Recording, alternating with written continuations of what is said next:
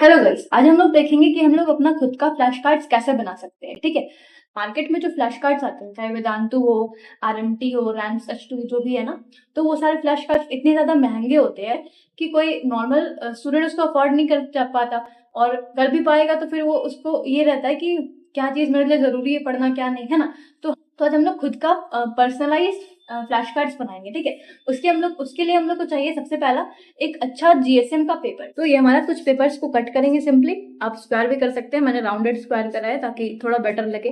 ठीक, अच्छा, flash cards हम लोग तभी बनाएंगे जब हम लोग का कोई चैप्टर कंप्लीट होगा। हम लोग रैंडमली कोई चीज का इंपॉर्टेंट फॉर्मूलाज नहीं लिख सकते, क्योंकि हम लोग को पता नहीं है क्या इंपॉर्टेंट है क्या नहीं। ठीक है, अगर आप एक अच्छे ड्रॉपर है या फिर आपको पता है कि क्या चीज इंपॉर्टेंट है ना, तो आप उसको लिख सकते हैं। लेकिन अगर आप कोई चैप्टर को पढ़े नहीं है, या एक ही बार पढ़े हैं या 2 बार पढ़े हैं, तो आप फ्लैश कार्ड सब मत बनिएगा। क्यों? क्योंकि वहां पर क्या होता है, हम लोग को पता नहीं होता है क्या लिखना है क्या नहीं लिखना। एंड क्या करते हैं हम लोग, सब चीज लिख देते हैं, जो इंपॉर्टेंट है उसको छोड़ देते हैं, है ना। फ्लैश कार्ड्स पे हम लोग हर चीज नहीं लिखेंगे, हम लोग सिर्फ वही चीज लिखेंगे जो हम लोग या तो भूल जाते हैं, या फिर हम लोग को वो चीज बहुत ही ज्यादा इंपॉर्टेंट है। बस 2 ही चीज लिखेंगे। ये हो गया। अब हम लोग इसमें स्टार्ट करते हैं। ठीक है, ये हमारा डी एंड एफ ब्लॉक लिखा हुआ है। ठीक है, तो डी एंड एफ ब्लॉक में आते हैं, मान लेते हैं। ठीक है, तो अभी हम लोग मान लेते हैं 3 बार पढ़ चुके हैं। ठीक है, तो हम लोग को पता है ये सब चीजें लिखने का कोई काम नहीं है। ठीक है, यहाँ पर n-1 डी ये सब लिखने का कोई काम नहीं है। यहाँ पर क्या चीज इंपॉर्टेंट प्रॉपर्टीज होती है डी एंड एफ ब्लॉक का, वो भी लिखने का कोई मतलब नहीं बनता, क्योंकि हम लोग को पता है ना। तो हम लोग इसमें इंपॉर्टेंट पॉइंट्स लिखेंगे, जैसे ये वाला stability of higher oxidation states यहाँ पर दिया हुआ है। कि इसे अगर हम लोग शुरू में ही नोट्स बनाते हैं ना, शुरू में ही फ्लैश कार्ड्स बनाते हैं ना, या शॉर्ट नोट बनाते हैं ना, तो दिमाग में क्या आता है कि नहीं ये भूल जाएंगे ये भूल जाएंगे, तो इसको आपको लिख लेते हैं। तो हम लोग क्या करते हैं, एंड अप करते हैं, हर चीज लिख लेते हैं, और फिर जब रिवीजन करना रहता है तो हम लोग कुछ भी नहीं पढ़ पाते, मतलब वो पढ़ाता ही नहीं है ना, क्योंकि हर चीज लिखा हुआ रहता है, कुछ समझ ही नहीं आता है ना। वही चीज है। तो इसलिए हम लोग क्या करेंगे, कोई भी चीज अगर लगे कि हाँ इसको हम लोग याद कर सकते हैं, या फिर हम लोग को आधा याद है, तो हम लोग उसको नहीं लिखेंगे फ्लैश कार्ड्स में। अगर नहीं समझ में आए ना, कि लगे कि अरे हर चीज तो इंपॉर्टेंट लग रहा है, तो हम लोग सबसे पहले उस चीज को उठाना जो सबसे ज्यादा इंपॉर्टेंट है, सबसे ज्यादा तुम भूल जाते हो, सबसे ज्यादा वेटेज है जिसका। ठीक है, तो यहाँ पर तो सबसे ज्यादा वेटेज तो कंपाउंड्स का है, तो सबसे पहले हम लोग कंपाउंड्स के बारे में लिख लेंगे। ठीक है, जैसे यहाँ पे हम लोग लिखेंगे K2Cr2O7।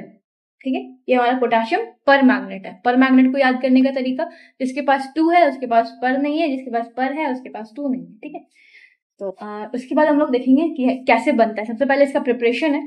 ठीक है, FeCr2O4 से हम लोग Na2CO3 डालते हैं ऑक्सीजन के प्रेजेंस पे, तो हम लोग को Na2Cr O4 मिलता है, जो येलो कलर का होता है। बाद में उसको जब हम लोग एसिड में डालते हैं तो हम लोग को Na2Cr2O7 मिलता है। उसके बाद K2Cr2O7 मिलता है। ठीक है, अब FeCr2O4 में जब हम लोग डालते हैं Na2CO3 प्लस ऑक्सीजन, बैलेंस करने की कोई जरूरत नहीं है, हम लोग वो कर सकते हैं, रिडॉक्स में हम लोग सीखे। फिर हम लोग को मिलता है Na2Cr O4। बस इतना ही लिखेंगे। मेन चीज है हम लोग किससे क्या बना रहे हैं। ठीक है, FeCr2O4 प्लस Na2CO3 प्लस फिर हम लोग मिलता है Na2Cr O4। इसको हम लोग बोलते हैं पोटेशियम क्रोमेट। तो बनाना क्या है, डाइक्रोमेट। वे हम लोग बनाए हैं पोटेशियम क्रोमेट, अब क्रोमेट से हम लोग बनाएंगे डाइक्रोमेट। एसिड में डाल देंगे H+, इसको लिखेंगे एसिड नीचे में। कोई भी चीज को तुरंत एक्सप्लेन करना, अगर कोई चीज नहीं समझ में आए ना, ऐसा तो समझ में आता होगा, पर कोई भी चीज अगर कभी भी कोई भी चीज नहीं समझ में आए तो उसकी एक्सप्लेनेशन भी वहां पर छोटे से हिंदी में इंग्लिश में लिख देना, ताकि क्या होगा ना कि बाद में पढ़ने टाइम ऐसा ना लगे कि हम क्या लिखे, किसकी भाषा में लिख दिया, समझ ही नहीं आ रहा है। ठीक है, इसके बाद हम लोग मिलता है Na2Cr2O7।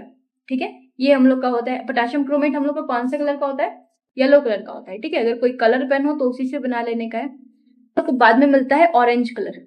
ठीक है, कोई चीज गाढ़ा हो जाता है ना, तो येलो से ऑरेंज हो जाता है, तो पहले येलो कलर मिलता है, उसके बाद ऑरेंज कलर मिल जाता है। इसको K2Cr2O4 में बदलने के लिए हम लोग क्या करते हैं, सिंपली इसको KCl के साथ रिएक्ट करा देते हैं। ठीक है, पोटेशियम डाइक्रोमेट, बार बार चीजों को नहीं लिखना, शॉर्ट फॉर्म में लिखना। पोटेशियम डाइक्रोमेट प्लस KCl से हम लोग को मिलेगा K2Cr2O7। ठीक है, यहाँ पर हम लोग का ये आ गया, ये भी हम लोग का ऑरेंज कलर है।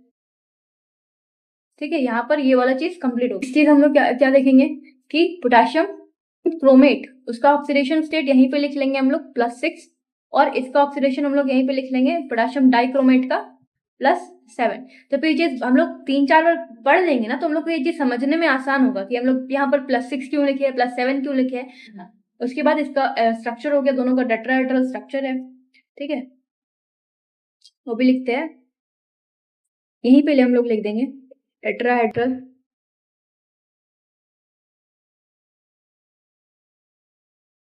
टेट्राहेड्रल। आज का वीडियो अगर आप लोग को कोई भी अदर डाउट है तो आप लोग हमको बता सकते हैं, हम उसको भी रिजॉल्व कर देंगे, ठीक है। तो आज के लिए इतना ही। Thank you for watching this video.